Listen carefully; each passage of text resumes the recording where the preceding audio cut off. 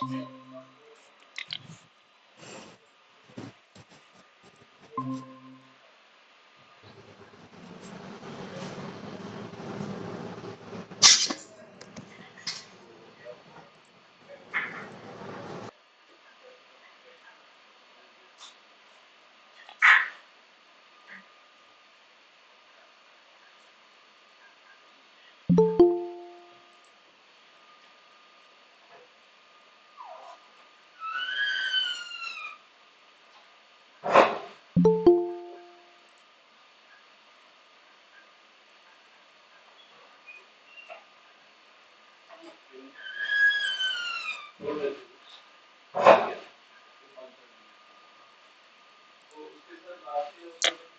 evening, class. We'll start in a few minutes. Few of them are joining, so I'll just wait. Am I audible? Just confirm. Also, I'll start sharing my screen. So when that you all can confirm by that time when before I start. Yeah. Am I audible? Yes, ma'am. Okay, Rashmi. Thank you.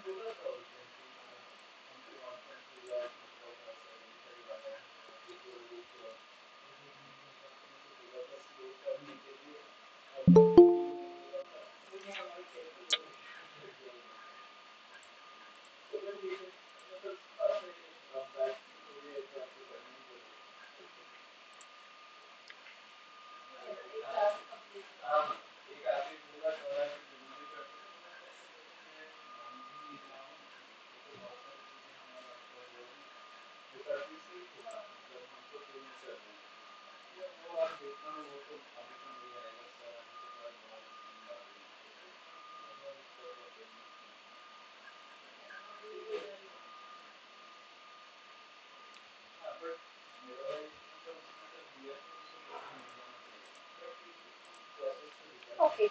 Good evening, everyone. Who all those who all have joined, and we will start our class right now. Okay. So, welcome to the second week live session. And so I think those who have joined in my last class, you all know that this is a doubt clearing as well as an interactive session, which happens every Tuesday from 6 to 8 p.m. till the course will run. So this is our second week. We have 2 more weeks coming up consecutively. So we'll answer the questions which are asked in the chat box, and also, of course, you can ask questions by posting or by raising hand and unmuting yourself. Also, we have the discussion forum. You can go and post your questions in the discussion forum. Okay, so even that can be done. Okay, so what was there for second week? If you all remember, we'll just have a very brief, recap of the second week. First, it started with Delhi Sultanate, if you remember. So mostly how the grid basically came, which was essentially a slave dynasty, and then later on how it took over, like the Khiljis, Tughlaqs, and the Sayyids, and then the Lotis. Okay, and eventually the architecture, or eventually the sultanates will fall, and then the Mughals will come. So we'll have Mughals in our next week, but for this week we have the Delhi Sultanate first. Then we will also discuss, I mean, in the video lecture by Professor Shoni, you have seen that how the regional sultanates has been discussed. So not only in Delhi, so also in some of the regions, as other regions, for example in Bengal, Jaunpur, Mandu, and also in Gujarat, or even the Bahmani Sultanate. So all of these areas basically had this Sultanate influences, with sultans, smaller sultans ruling in those areas, and of course the Sultanate influence was there. Third lecture was more about temples and mosques. We will discuss. We have few questions where I'll discuss, rather I'll re-discuss what has been taught in this particular lecture. And lastly, Daulatabad Fort was the major, fourth lecture. So Daulatabad Fort was one of the very important. You'd see that how important it was, but particularly it started with the Bahmani Sultanates, and it was you can say, expanded by several dynasties over time. So that was mostly about Daulatabad Fort. Even for Daulatabad Fort, we will rediscuss the different architectural features and the type of questions that can come from this part. Okay. And the last lecture was mostly about the review of third week, what has happened, and it basically is a concluding lecture, you can see. Okay, so today also we have several theoretical or verbal questions and some visual questions. So to start with, we have this first question, that what were the features of architecture in Samarkand that influenced architecture of Mughals in India? So basically not just the Mughals but also the Sultanate architecture that you see. If you remember the first lecture, so you might remember that there was this influence of several other pieces. Particularly, there was this discussion about Persia, the Persian influence. So can anyone answer this? What were the features of architecture in Samarkand that influenced the architecture of the Mughals in India?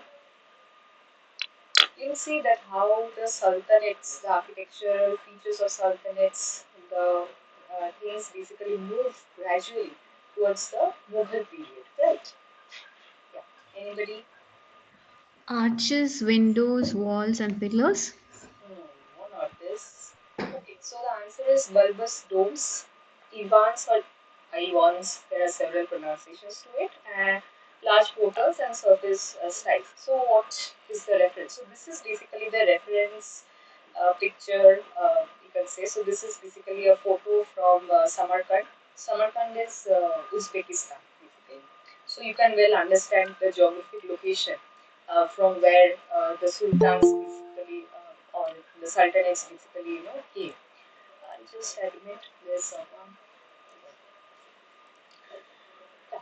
So if you look into the features, the architectural features, do you see this particular area, this protruded or the projected area? So this is these are the Iwans or I.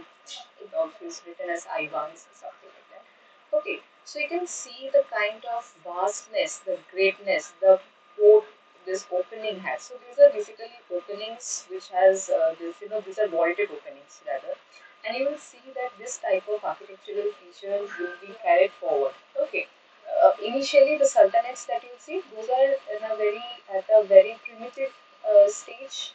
Okay, not that mature, but eventually we will discuss more in our next week, where you will see the use of this bulbous dome, the kind of shape that you see, the dome. Okay, so these domes are not traditional to the Indian architecture, the Buddhist architecture or the Hindu architecture. Right. So in our last session, we have studied that mostly the architectural style is trabeated. So lintel, post, and lintel also cave architecture. So caves are basically, they are cut and then there are different monuments that are built. Okay, so it started with that, and then there is simple structures with several attitudes. Basically, the temple architecture took its shape in both northern India as well as in southern part of our country. But this architectural style that you see, this dome thing, is something which is now going to come. Okay. Okay, so with that we move to the next question. That is, the Daulatabad fort has moats, shahi hammams, dark winding passages, or all of the above?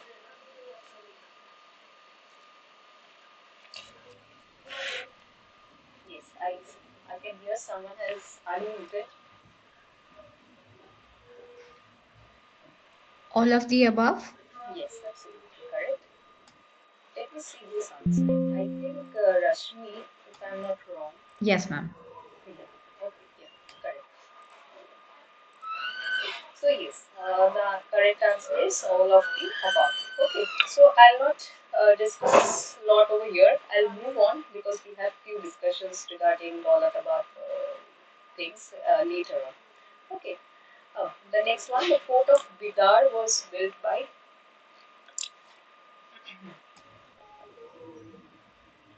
Bahamani Sultans. Yes, absolutely correct. So it was built by Bahamani Sultan. So this is basically the fort of Bidar. If someone can recollect and tell me that what are the other,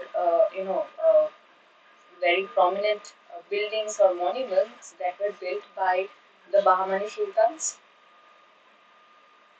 Yes, of course, one of them was the Fort of Bidar.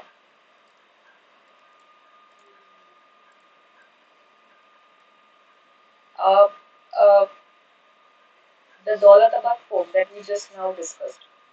When did it start? Of course, it was expanded by a lot of other rulers. I mean, there's no denial to that. But who started it?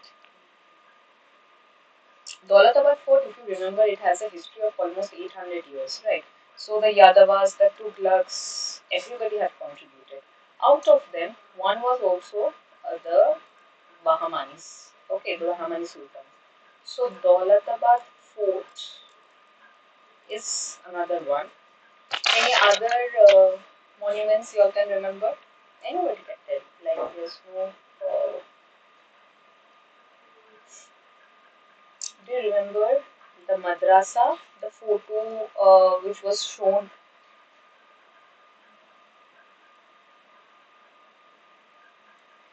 Okay. Also the Gulbarga Mosque. So all of this were basically patronized by the Bahmani. Sorry, this one. So Bahmani Sultans. Okay. Now it is important that you all remember this. Okay, if you all do not remember this, then I mean it will be difficult, right? Because you can see that one question came regarding Fort of Bidar. When you give your final examination, it might happen some other question, I mean some other monument is asked and you have to answer that. Okay. Or maybe you might be asked in a different way. For example, there can be a question like the madrasa of Mehmud was patronized by which sultans? So the answer will be the Bahmani sultans. Okay. In this way, there can be reverse questions as well. Okay. Is it clear, everybody? So this is basically the photo that I have put of the Bidar fort. Okay, the next one, the Char Minar was built by, of course, Chand Minar, not the Char Minar. Char Minar is different.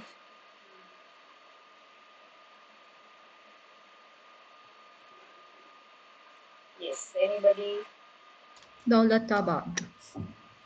Develop Yes, absolutely correct. I heard two voices, and that's good that you all are answering. So yes, so this is basically the Chand Minar. Okay.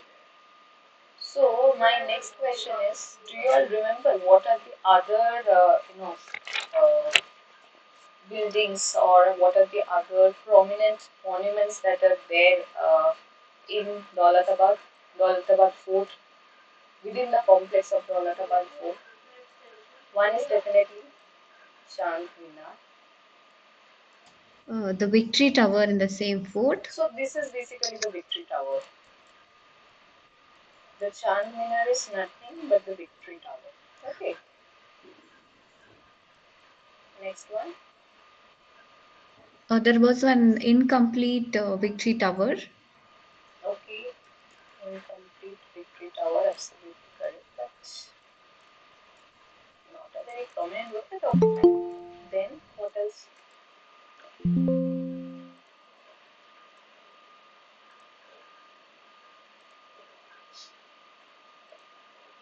What else? Do you remember there's something like the hammams, the Shahi hammams? Okay, Shahi hammams, which are basically the royal baths. Okay, this was also there. What else? Do you remember anything else? Yeah, there was also this Durga Top, which is basically the okay, and of course there were nooks, etc. We will discuss. Okay, so this is the Charminar, as you can see. And if you look into the architectural feature of this Shah Minar, you can see these balconies. These are basically the balconies which are supported by heavily decorated brackets. This is something which you will see in the later classes as well. In your later classes, later architectural style, particularly the Mughal style, also you will see I mean, very specifically Akbar's, the monuments which were built during Akbar's tenure. Those have this brackets, heavily decorated brackets. Okay.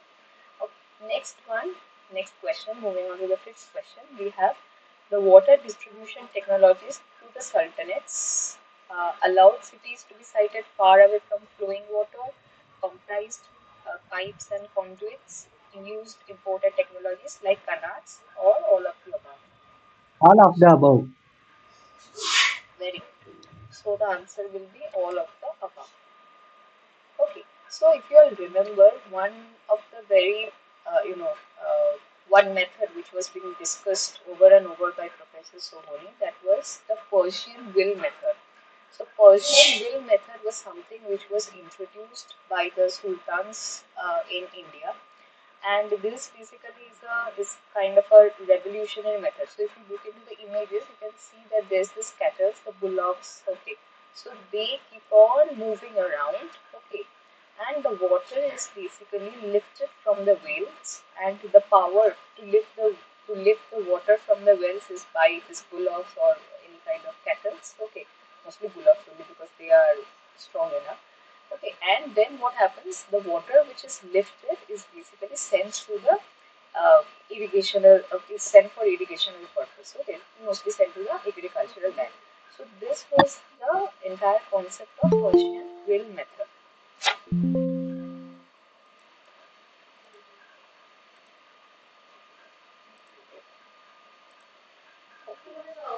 Next one that you see, so that is the canal system. So canal system again, if you all remember, canal system is basically it allows uh, the cities to be built away from the river. So as mentioned in the lecture, that most of the Indian traditional cities that you see or the old cities that you see, they are built near the rivers, okay, or on the banks of the river, to be very specific, starting from whichever city you consider. But this canal system was a system which was widely used in the Persian area. What happens in canal system? So canal system basically there's a source of water, a sloped, very mild slope, channel or water channel is created. So it basically helps in bringing the water to your desired place, and along its way, it is basically punctuated by these vertical shafts. Okay, so what happens? You do not have to, I mean, the cities need not be built right beside or right on the banks of the water source of water. It can be built places away from the river sources as well, and this canal system will essentially be helpful in moving the water from the aquifers using the gravity method. So this was the entire concept of this, the canal system. So if you see, this is basically a canal system which is used in one of the buildings. This is an example of a building in Persia itself, not of our country, but you can well understand that how water used to flow using this canal system. If you visit any of the Sultanate buildings or even the Mughal, mostly if you visit the Sultanate buildings, I can give an example. For example, the Jahaj Mahal of Mandu, which is again an example of the regional Sultanate in the Malwa region. So there also this canal system is there, and also you'll find that there are several places where this kind of features are present. So this basically what happens, this allows the water to travel and also lose the heat. So eventually what happened, this canal system was designed in such a way it not only helped in the transfer of water from one place to another, but also it helped in reducing the heat. Okay, through evaporative cooling you can say. So water basically loses its heat because of the kind of surface area that it comes across. Okay, so this is another. This type of things are seen in most of the in Islamic architectural buildings that you that you see. If you visit it, I mean, in person, you will definitely come across these smaller, very smaller details of this Islam architecture. Okay, the next question is the kingdom of Vijayanagar was founded by. So, Vijayanagar was again another regional sultanate which started off very small, but eventually it grew at a very, in a bigger scale. Yes, someone might be ready to answer. What is the correct answer? Harihara and Bukka. Very good, absolutely correct. So, it's Harihara and Bukka. Okay. Now coming to the next question, that is the defense features of the fort of Daulatabad included.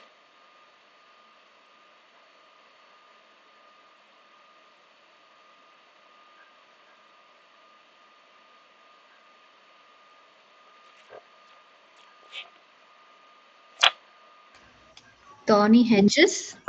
Connect, No, Ganesh, yeah. There's another voice. Can you tell your name? I can't see right now. I have to go back and check your name. I think I got the right answer.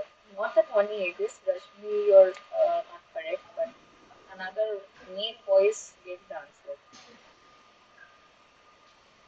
Dark tunnel passages. Right, absolutely correct. So it's the dark tunnel passages. So I think this type of photos are quite available from for Daulatabad Fort.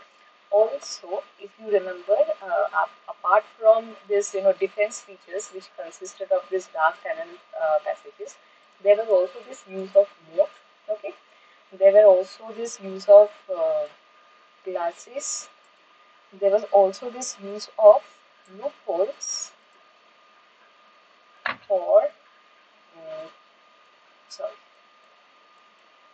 for pointing guns.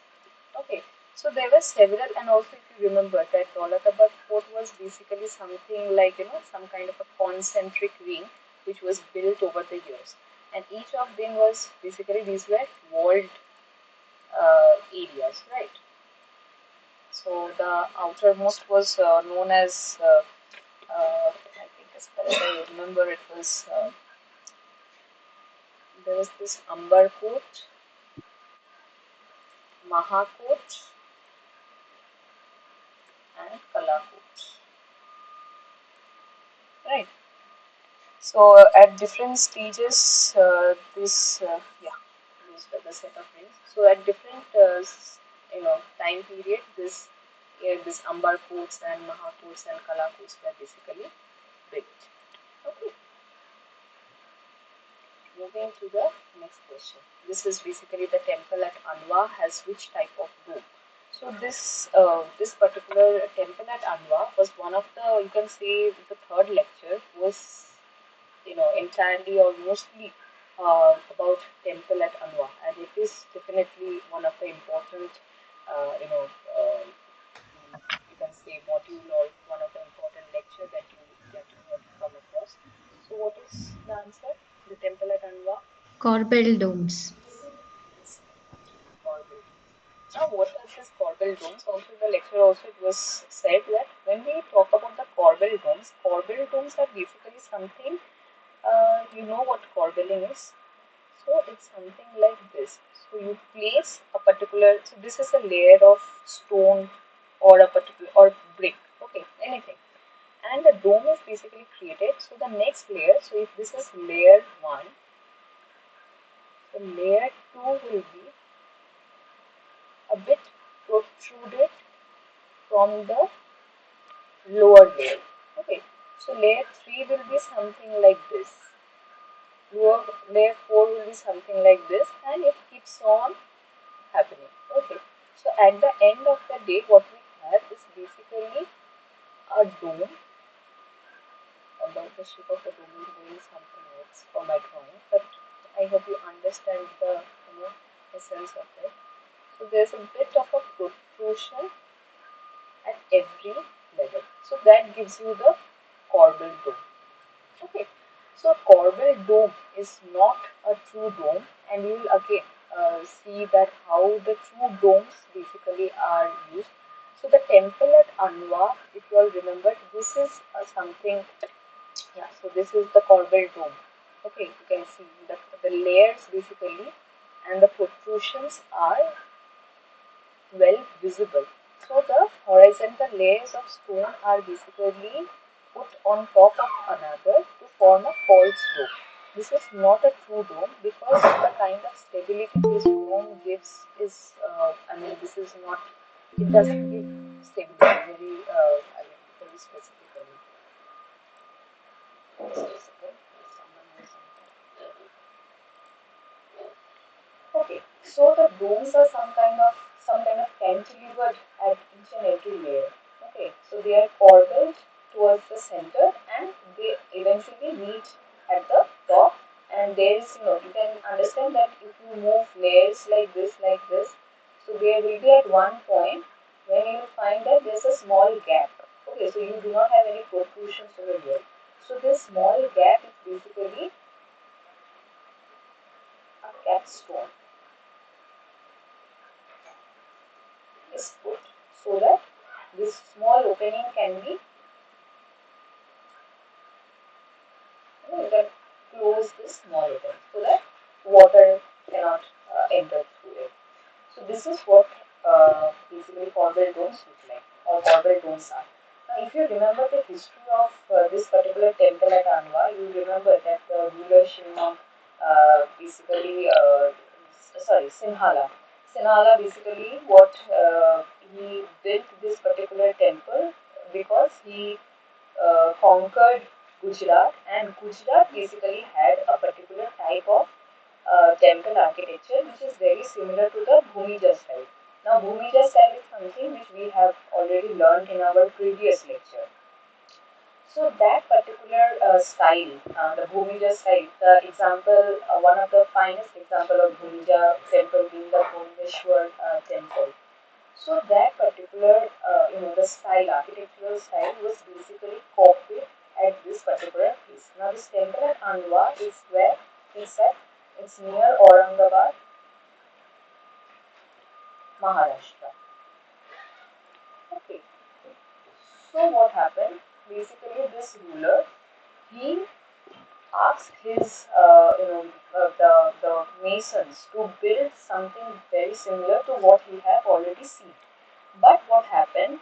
The artisans they just heard about it and they built it. Okay, so obviously they didn't know the actual structural way of building this type of temples or building this type of monument. And as a result, what happened? There was this particular the corbel dome that you see basically failed. Now the reason for failure, that there are several reasons, out of which the most common one, of course, is which is maybe thought of is the wrong use of material. So in this particular case, in Aurangabad, Maharashtra, basalt. So this is basically the Deccan area, right? The Deccan Plateau. So basalt is something which is very much available, and basalt was used to build this corbel dome. But if you look at Gujarat, the temples which are built over there, they are built using sandstone. Now, maybe sandstone is capable of this particular structural style, or it's capable of holding the load of the dome. However, basalt it couldn't, and what happened? There were these cracks which were seen at the beams. So these are basically the beams that you see. Okay, and these are all beams. Okay, and what happened? Cracks started to happen just 20, 30 years after building this particular temple. Later on, what happened? The then the ones who were commissioned for this temple, what they did, they inserted this smaller. You can see that these are the smaller. This one. So this one you can see. These are the smaller or the thinner columns that were inserted so that the beams can be supported. Further later on, the Geological Survey of India, they had inserted this steel supports as well as this concrete supports that you can see. So this is a very recent photograph that I'm showing you all. So these have been inserted later on so that the dome do not collapse. Okay. Also, there is this another reason which is thought of the reason for which the dome collapsed was the wrong interpretation of the structure, which ultimately led to the failure of beams that carried. So these beams basically failed, the ones which I am showing. These beams failed because they had to carry the load of two beams. Each of the four beams that were there at the four cardinal points, they were basically carrying the load of two domes. Okay. So in the next slide, I will not in the next slide. Just a second. I have another slide. Mm, just a second.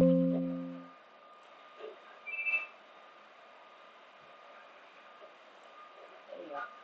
So here I have. So if you look into this particular, this is the this is the plan of the temple at Alwa only. Although the temple, this is not the correct drawing because the correct drawing would show that these temples are, these columns will be smaller in size. I mean, there are variations in the grid, but if you all just remember, I mean, this particular image was also showed in the lecture so that you all can understand the basic structural failure that happened with this particular temple.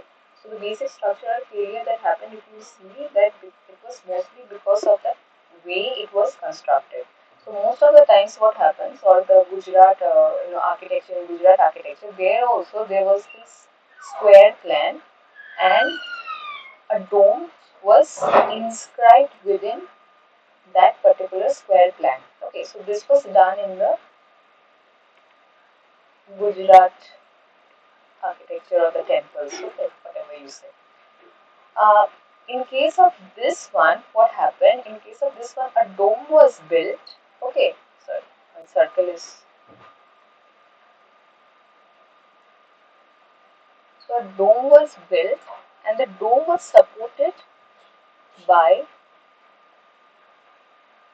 four columns. So it was something like you can say that in case of this temple at Halwa, it was something like a square was built. Okay, a square plan was built with four columns, and then a circle was circumscribed.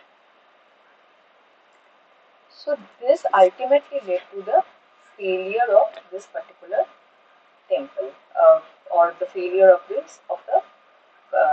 the dome.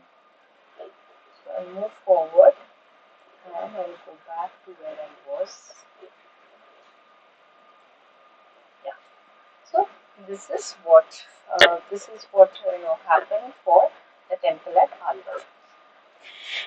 Okay. So any other question that you have for this particular temple at Alva? Because this temple at Alva was discussed in details, like how the changes started to happen and how the things, the use of materials, the wrong interpretation of the structural system as well as the wrong use of materials led to the failure of a very beautiful temple or uh, the dome particularly. Okay, so with that, if you all do not have any question, I will again come back to this question, but not this question, but this particular temple at Alva, but with a different set of discussion. Okay, so let's move forward. Yes, this one. If you all remember, we have already discussed what hammams were. Small opening in the roof. Yes, Small absolutely correct. opening in the roof. Yes, yes, absolutely correct. It's the small openings in the roof. Okay. Oh, next one, next question. Timurid influence on the Sultanate architecture of India was in the form of All of the above, ma'am. all of the above. Very good. Yes. So with this, you have to again go back to the discussion of Topkapi school. So this is a particular kind of a school that consists information regarding the geometrical or rather geometry and geometrical patterns. Okay, so this was something which was you can say done. This particular Topkapi scroll was prepared during the Timurid dynasty.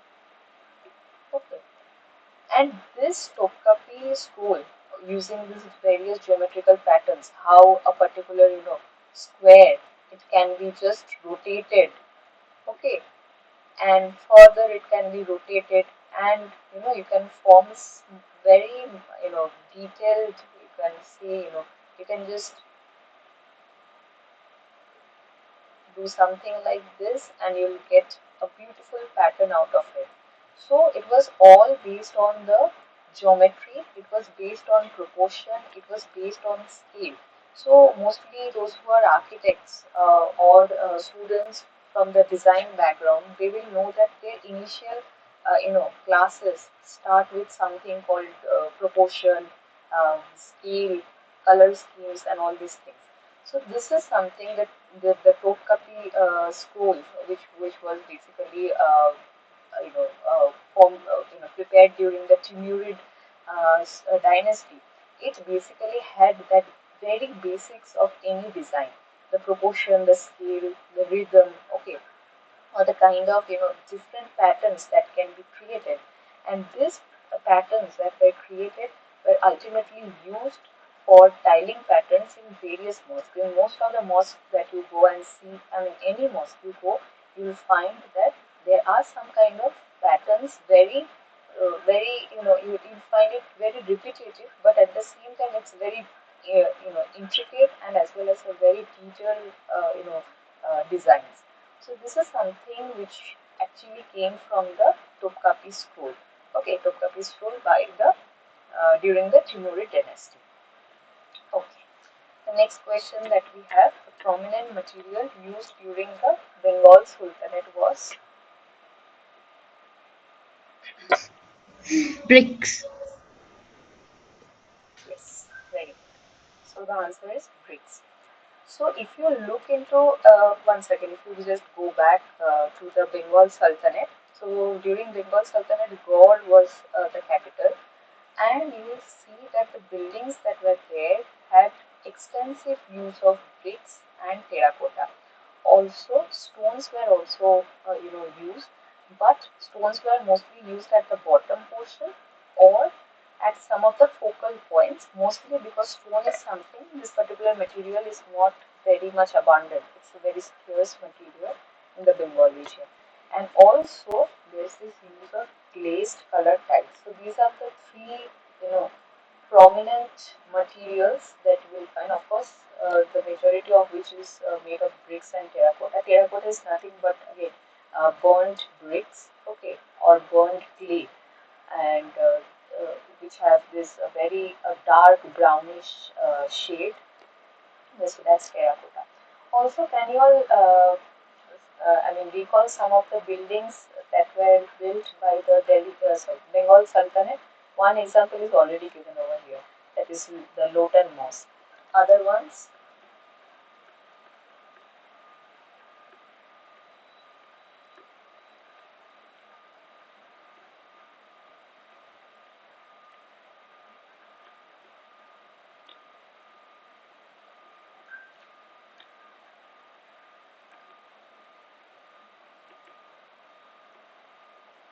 yes. Anybody? You all remember Adina Mosque,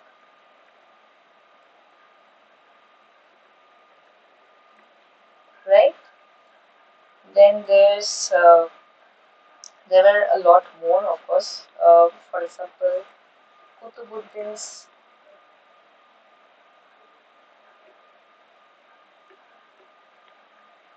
Mosque. Then there was Baradwari and Dakhil Darwaza,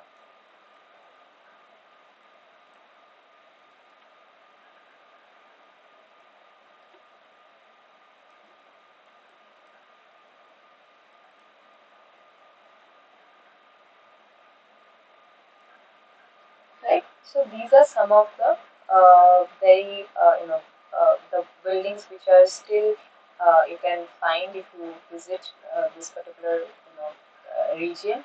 So those are basically Lotan Mosque, Kadina Mosque, Kutubuddin's Mosque, Bharatwari Mosque, as well as the Dakhil. So this is key basically. Yeah, Dakhil Darwaza. Okay, so you can see the Adina Mosque at Malda. Can you see the use of stone, the change in color? So this is basically the upper portion is brick and the lower portion is nothing but stone. So there's this question which is basically one of your in one of the assignment. It's a question in the uh, not a visual assignment. So there's I hope you can now answer. You know that there was this building where you will find that the two materials, use of two materials in the same wall is there. So be very, I mean, carefully answer that question. Okay, of course, I'm not going to give you the answer for it, but if you look at the options, you will definitely be able to figure out that what type of, I mean, in which region that particular, uh, building is from, and you can definitely answer the question as well. Now, this is the Lotan Mosque. So, Lotan Mosque is built entirely out of brick and terracotta only. Okay, and of course there are, although it's not visible from this particular image, but there are glazed colored tiles.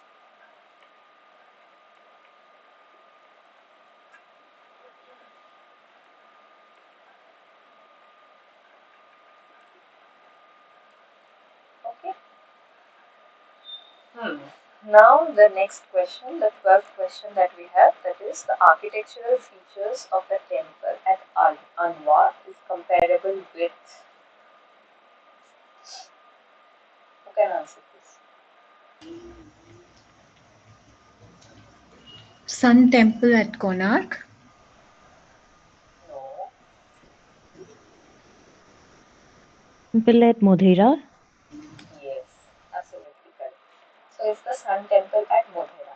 Also, there are, if you remember again, going back to the lecture class, if you remember that the temple at Anwar is also compared to the Vimala temple at Mount Abu. Okay. So, yeah, if you look into this particular image of the temple at Anwar, so on your, this one is basically on your left hand side is the temple at Anwar, and on the right hand side is the Sun temple at Modhera. Okay, so you can definitely see the style. I mean, this kind of projections, of course, similarities in terms of projections. Next similarity is in terms of the semi covered Sabha Mandapa or the pillared hall.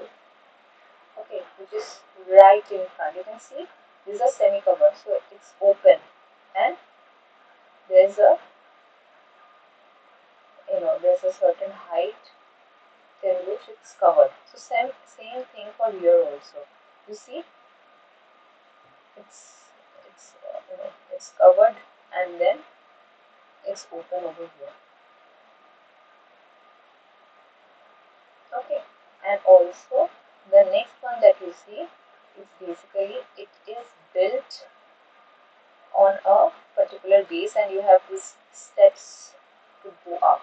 So here also you see it's basically some steps are there. It's built on, so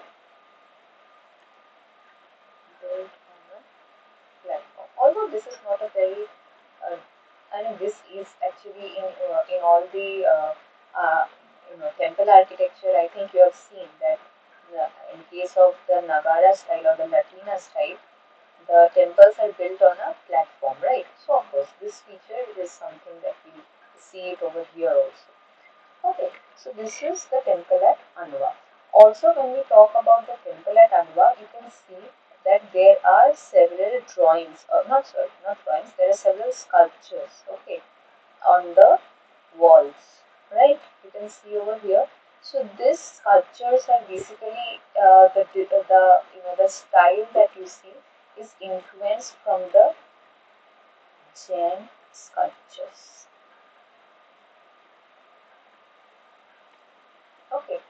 So in the video, Professor Sohoni also said that since this is the designs are basically something you can say copied, something the ruler has seen and has explained it to its to his masons. They heard that there are some kind of sculptures, but of course it do not have that kind of respect for the Jain sculptures that you are going to find in the Jain temples.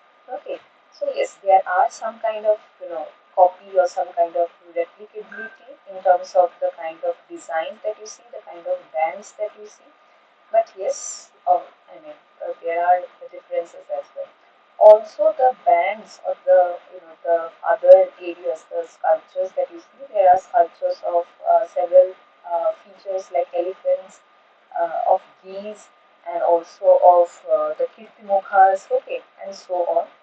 But yes, they are extensively decorated all over, and you can see the kind of similarity that is there for temple at Hanwa and the Sun Temple at Modi.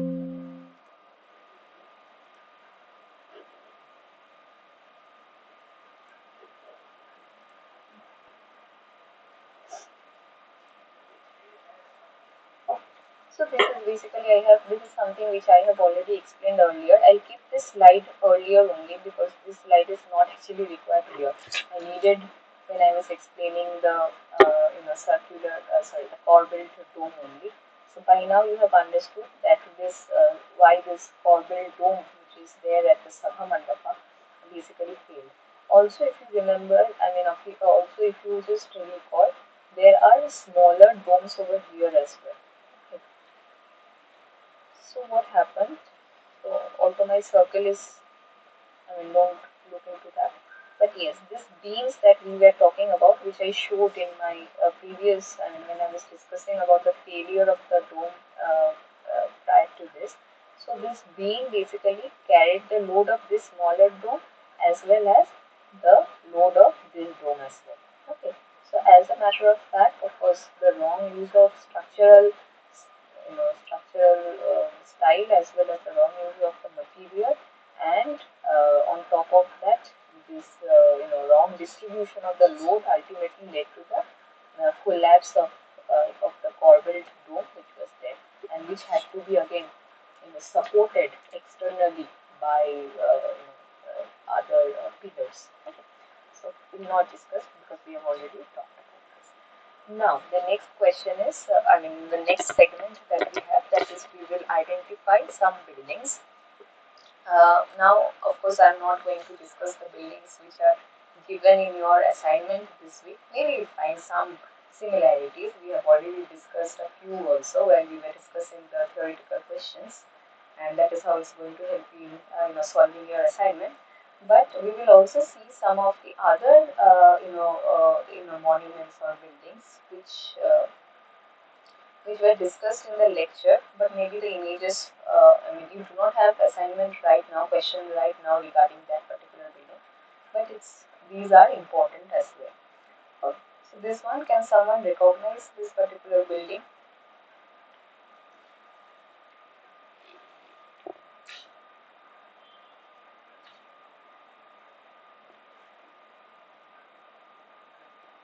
No one?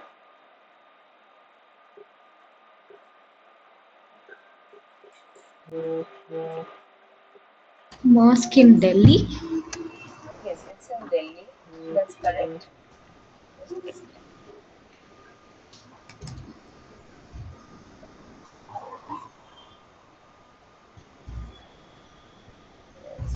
Where is my mouse? That's correct, but it's there. Alai Darwaza.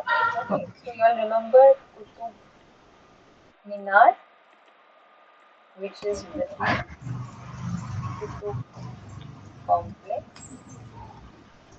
and unlike Darwaza, is a very prominent, you can say, building in the Qutub complex. So here also you can see the use of the materials. You can see how um, the use of this arches and the use of jalis that you see, which are very typical to the Sultanate period and are basically used over here. Okay.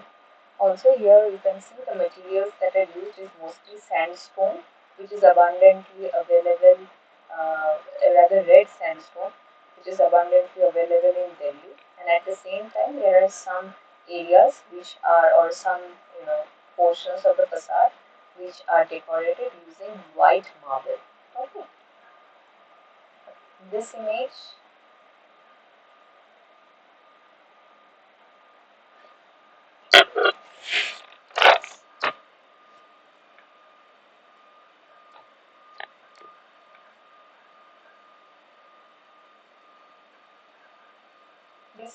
this is a very, I mean, you can see that it's a hilltop. There are walls, right? These are all walls, and you can also see these are all walls. If you look into it, these are walls. So this is some kind of a fort. Now, given that I have said that this is some kind of a fort, which fort it is? Also, also you can see a particular building, although it is not very visible, but this is something which we have already discussed. Fort.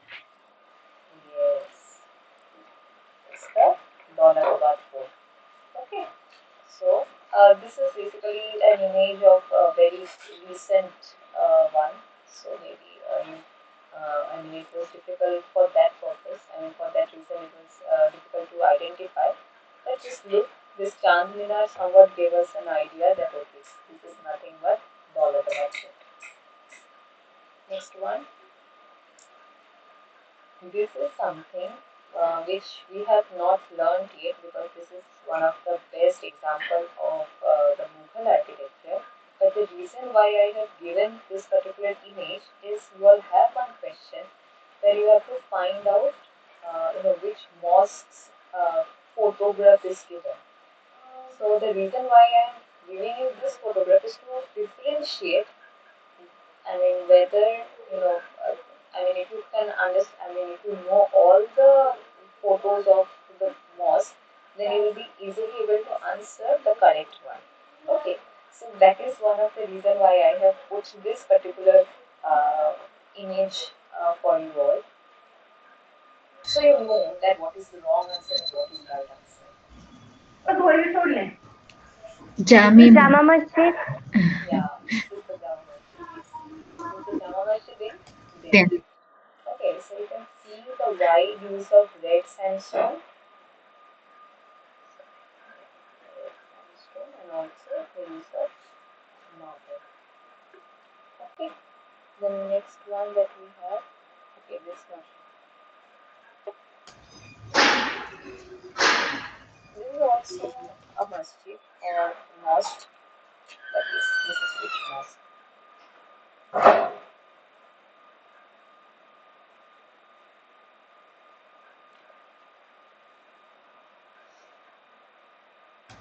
Mosque at Gulbarga. Yes, absolutely right. So it's the Jami Masjid at Gulbarga. Gulbarga. Okay, Okay. this one.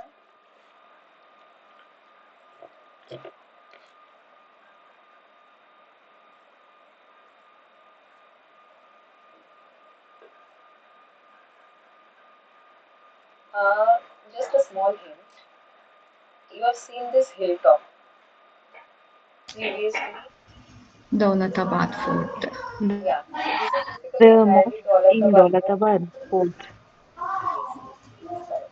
So it's the Jami Masjid in Daulatabad, and this is basically currently known as the Bharat Mata Mandir as well. Okay, correct. This one,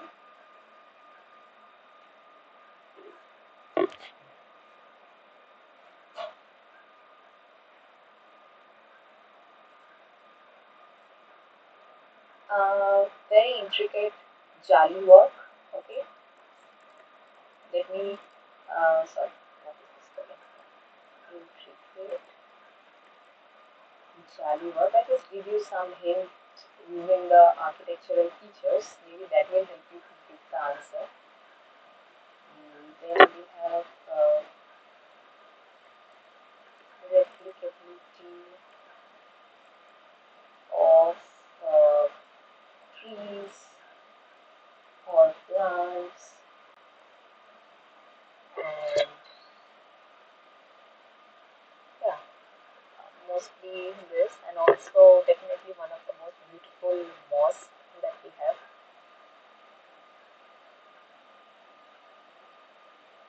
Uh, what else? Intricately designed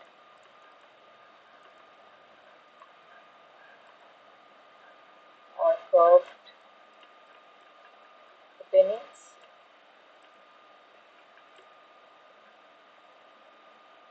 Yes, too much of hint. Is it the Amit Shah's mosque?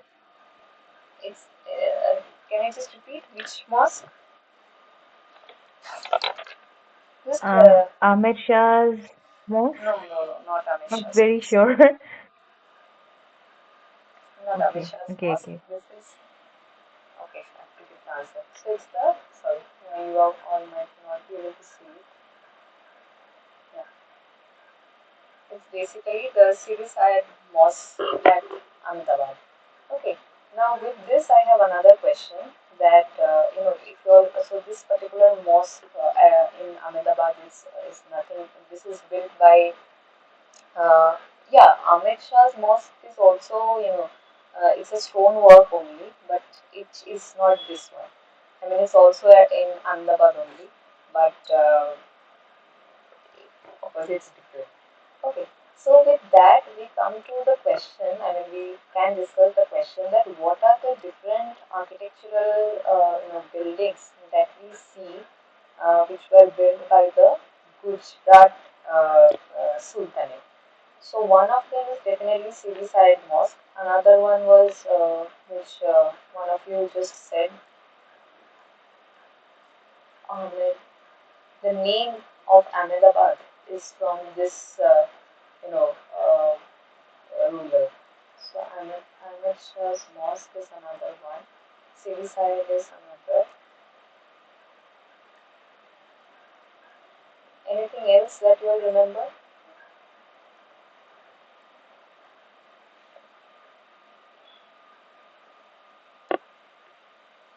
Do you remember Dani Sabrai? So it's basically a minaret. Okay, so that's another one.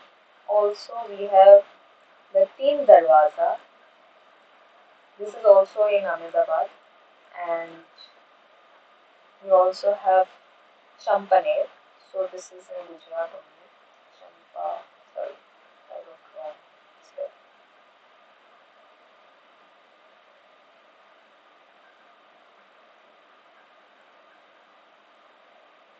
something like this. Okay. So we have, in case of Gujarat Sultanate, we have Amit Shah's Mosque, we have Side Mosque, we have Rani Sabrai, we have Teen Darwaza, we also have Champaner.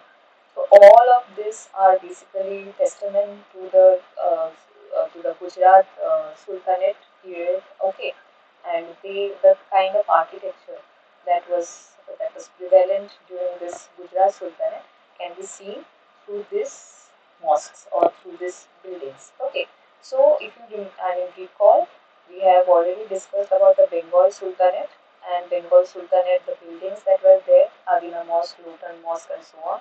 We also discussed about this one is the Gujarat Sultanate one, and we also discussed about the Bahmani Sultanate. For example, the Gulbarga Mosque, the Bidar Fort, the Daulatabad Fort, as well as the Madrasa or Nehru. Okay. Okay. This question. This question, the reason why I have given is in your last lecture, if you all just go back and hear, if you can remember, there was this references of some other sultanates uh, apart from Gujarat, Bengal, and Bahmanis. That was one of Jaunpur was there. Another was of Mandu or the Malvi, the Malwa region. That was also there, and they were very prominent. I mean, at the time they ruled. So this is one of the example of again another regional sultanate. So what I ask you all is to at least go through some of the buildings, for example, the Jaunpur Mosque or the buildings at Malwa, Mandu. Okay, because these are also some of the things which were discussed in the lecture classes. Okay, now this one, can you all recall? Or maybe if you all have seen it somewhere or if you all have visited it.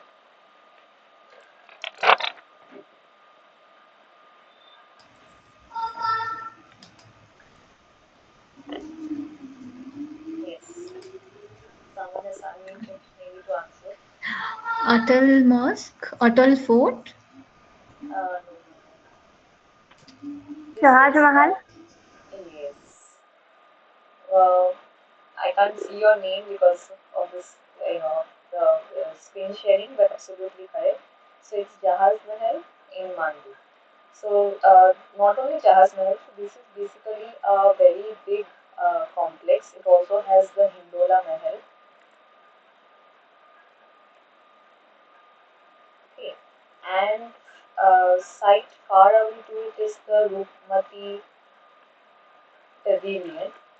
Interestingly, this represents the Hindu architecture and also Bahadur's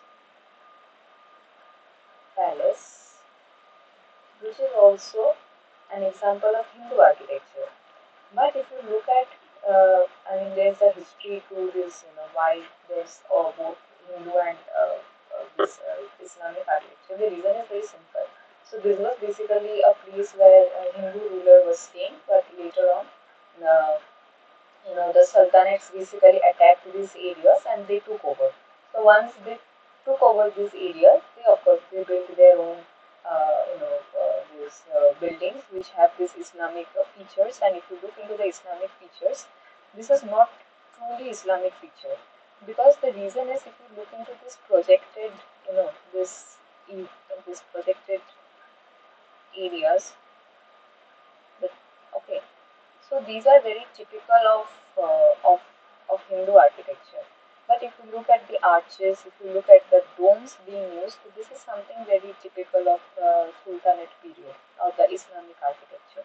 So there is a kind of a mix of both the Hindu and the Islam architecture, and somewhat some kind of regional, you can say, I mean, there's some kind of a hybrid thing that you see, but this is a very typical or a very local architecture of this particular place, of the Malwa region, when it was, taken over by the Islams or the Sultanates. Okay. So this is what Hindola Mahal and Jahaz Mahal. There are rather smaller pavilions as well within this bigger complex, smaller buildings as well. And apart from the sultanates of Malwa region or the Maldives, there was also a small kingdom that grew up in Vijayanagar. So we have already discussed, who started that particular sultanate in Vijayanagar, and also there you will find the kind of influence. There's a mix of this Hindu as well as Islam architecture that ultimately led to the kind of architecture that is there in Vijayanagar. Okay, so yes, that's it. These were some of the questions that I had to discuss. Anyone else with any other question?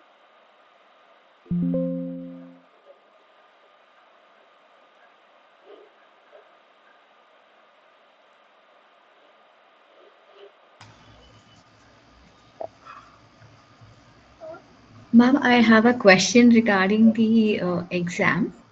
Yeah. So will it be questioned, is it multiple choice or will it be written also? Brief answers. Well, I don't think there will be written answers. There will be this multiple choice questions only. Since mostly like the assignments that you are doing right now. Okay. Okay, but even then I might just reconfirm with the type of questions. So I'll just note it, and maybe in my next class I'll let you, I'll confirm. Okay. Yes. So just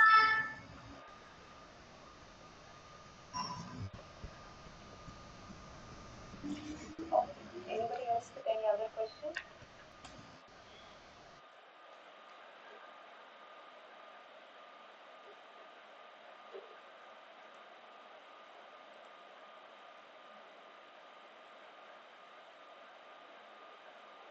Okay. If you all do not have any question, then maybe we can end our class here. Okay. So thank you everyone, and we will meet in our again in our next class. And next module starts with Mughal architecture. It also basically has two parts on Mughal architecture, and then it moves towards Maratha architecture as well. So you will find that how there's a there's a transition, or not transition, but rather there's a mix of this Maratha architecture as well as Mughal architecture. And since you have already understood what sultanates and how they have brought the architectural features right from Persia to India, you will now understand the type of architectural features. You will see that how it gets enhanced. The type of domes that you see, the type of arches that you see, it will just get bigger. And why it will get bigger, that also you will see. Okay, so here you mostly saw that how smaller domes are being built, and later on you will see how these bulbous domes that we had started with Samarkand, okay, and the basic architectural features that were built, that were brought from Samarkand, will now slowly convert into very very detailed, intricate details and carvings which we will see in Mughal architecture. Okay, so any question? For now, that's all, ma'am. Okay, thank you everyone. Thank you, ma'am.